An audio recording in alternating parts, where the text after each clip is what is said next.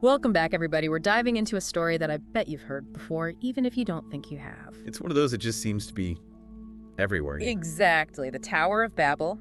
Humanity, speaking one language, decides to build a tower that reaches the heavens. Classic. And of course, things don't exactly go as planned, right? Divine intervention, confusion of languages. The whole shebang. But here's the twist. What if I told you that this story isn't just about a tower? There's this whole genealogical thread woven into Genesis 11, connecting this event directly to Abraham. Yeah, it's like a hidden roadmap leading to one of the most pivotal figures in, well, everything. We're going to be untangling that thread today, and I think it might surprise even those of you who know this story like the back of your hand, because what we're really digging into is ambition, unity, and some of those deep human urges that, well, maybe haven't changed as much as we like to think. I love that you used the word woven there. Oh, why is that? Yeah, because genealogies were the fabric of ancient societies. I mean, they weren't just family trees, they were claims to legitimacy, power structures.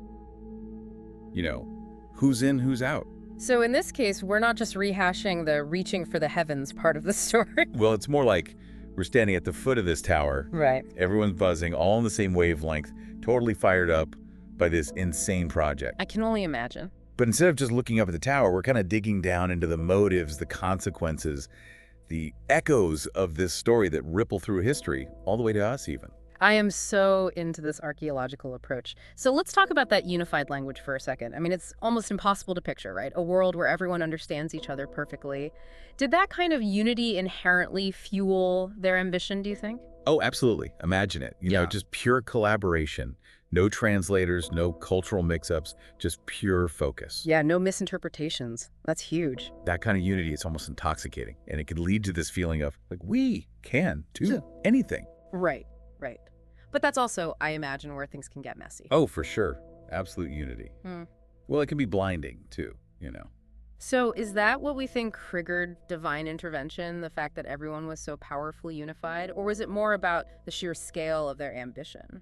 You know, some scholars actually think it wasn't about the tower's height so much as its meaning. You know, like humanity flexing its muscle, making a statement about self-reliance. Almost like a, hey, look at us. We don't need help from up there. We'll reach heaven on our own. Exactly. That's the vibe. Which is kind of interesting, right?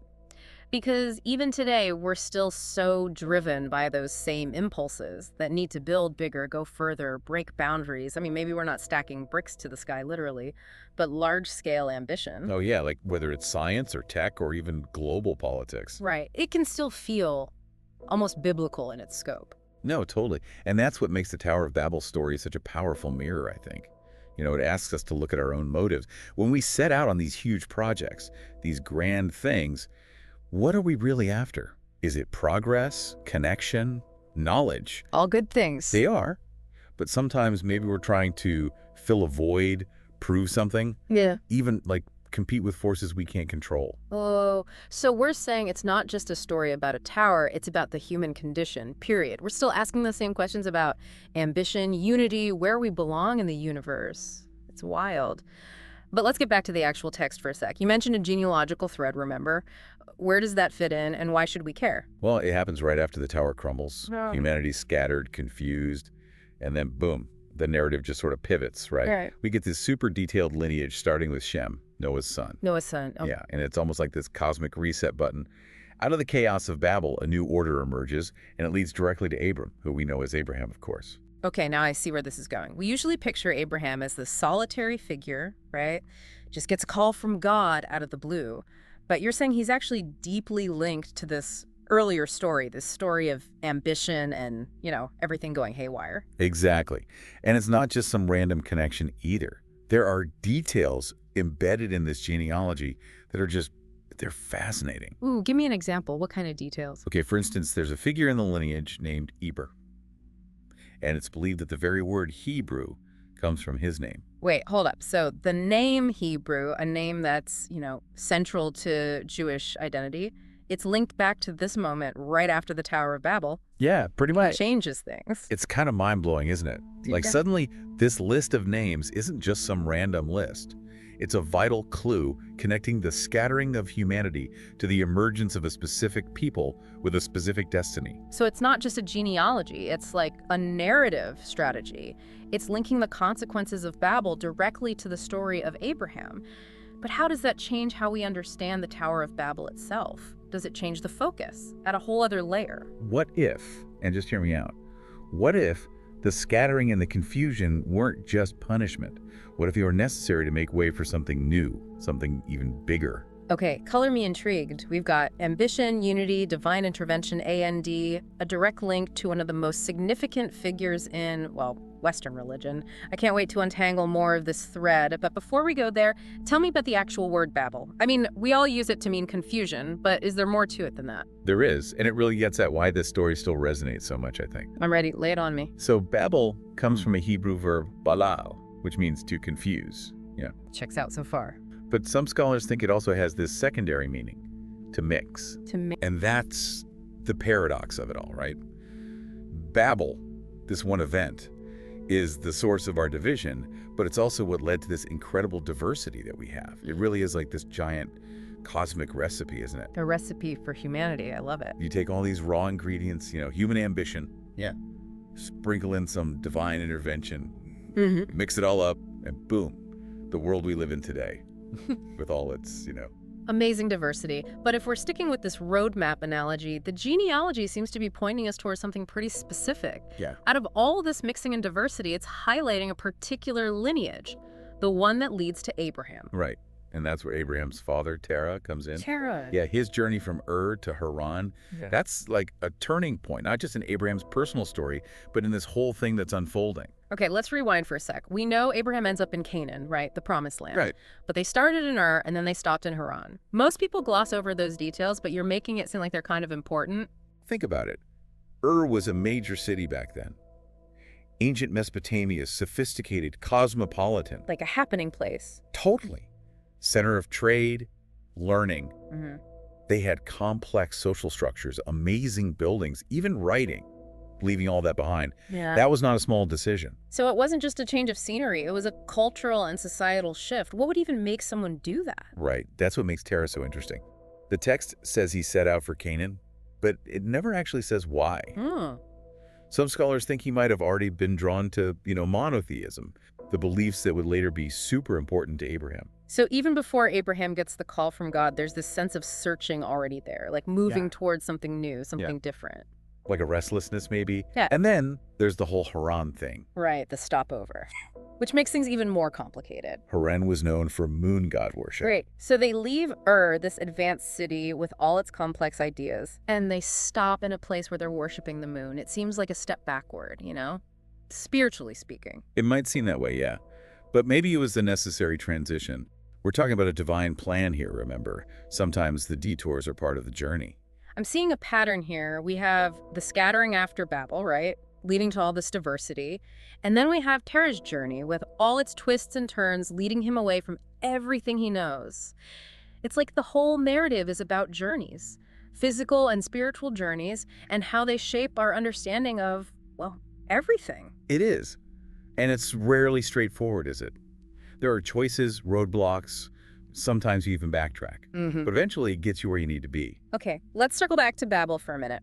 We've talked about the ambition, the scattering, but what about the whole confusion of languages thing? Was that just like a divine punishment, or is there a deeper meaning? It's easy to see it as a punishment, right? Yeah, like don't get too big for your britches, humans. Exactly. But what if it was also kind of a gift? A gift.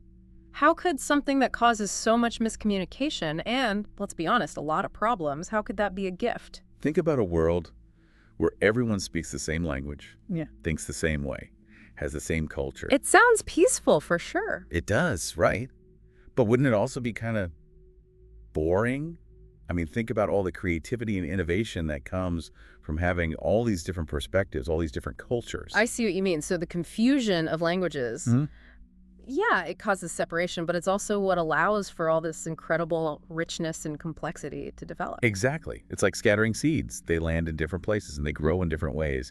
And that makes the world a more beautiful, interesting place, doesn't it? This is what I love about these deep dives. A story that seems so simple on the surface Yeah. turns out to have all these layers and contradictions. It's a warning about ambition, a celebration of diversity. Yeah. It's wild.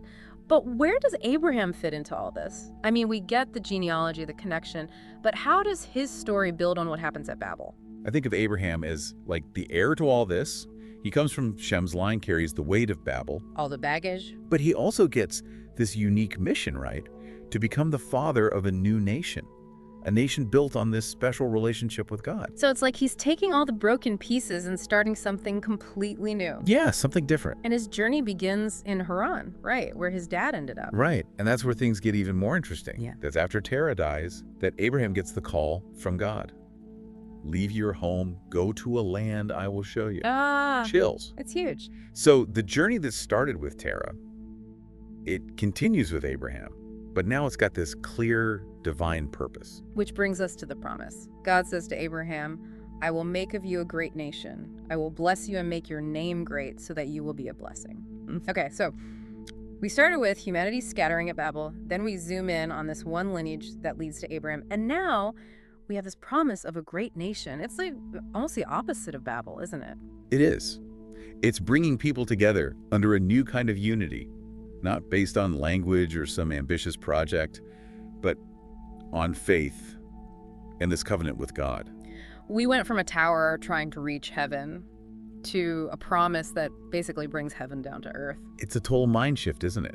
And it keeps playing out throughout history. It shapes religion, culture, even how we see ourselves as humans. You know, it's amazing to me how a story like this, the Tower of Babel, can still feel so relevant today. Yeah. Thousands of years later. Right. We've talked about ambition, language, the scattering of people, and now this incredible promise that's made to Abraham. It's like we've climbed this, I don't know, this spiral staircase of ideas. I like that. And now we're looking out over this huge landscape of history, and I'm honestly a little overwhelmed. I get it. It's a lot to process for sure. But that's what makes these ancient stories so powerful, I think. Yeah. They give us this wide-angle view of what it means to be human. You know, they connect us to the hopes and struggles of people who lived so long ago. It's humbling. One thing I keep thinking about is this idea of unity.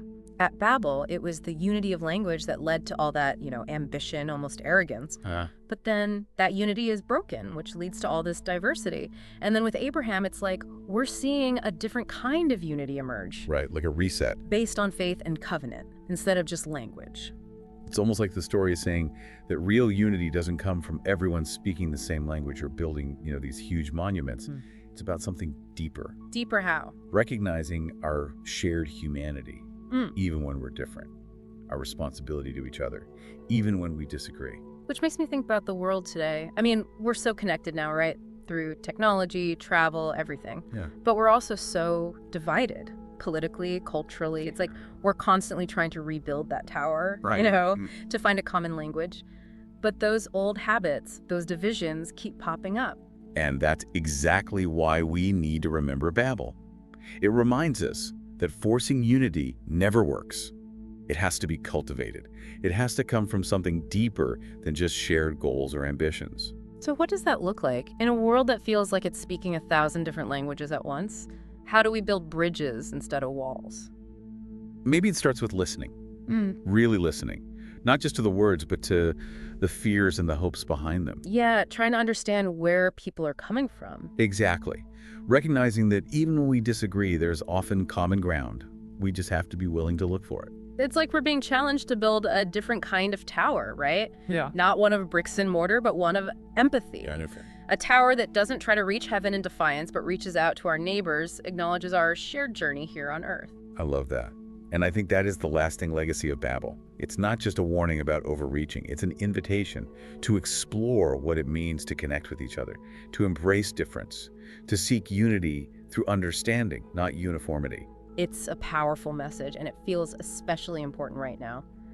I know we'll be carrying these thoughts with me, trying to build those bridges, remembering that even in the midst of all the noise, there's harmony to be found. And finding that harmony, that's the best part of any deep dive, isn't it? Couldn't have said it better myself. We've covered a lot of ground today, from ambition and reaching for the sky, all the way to human connection and the things that bind us together. Quite a journey. And that's our deep dive into the Tower of Babel, folks. Until next time, keep exploring, Keep asking those big questions and keep seeking out those hidden connections that tie us all together.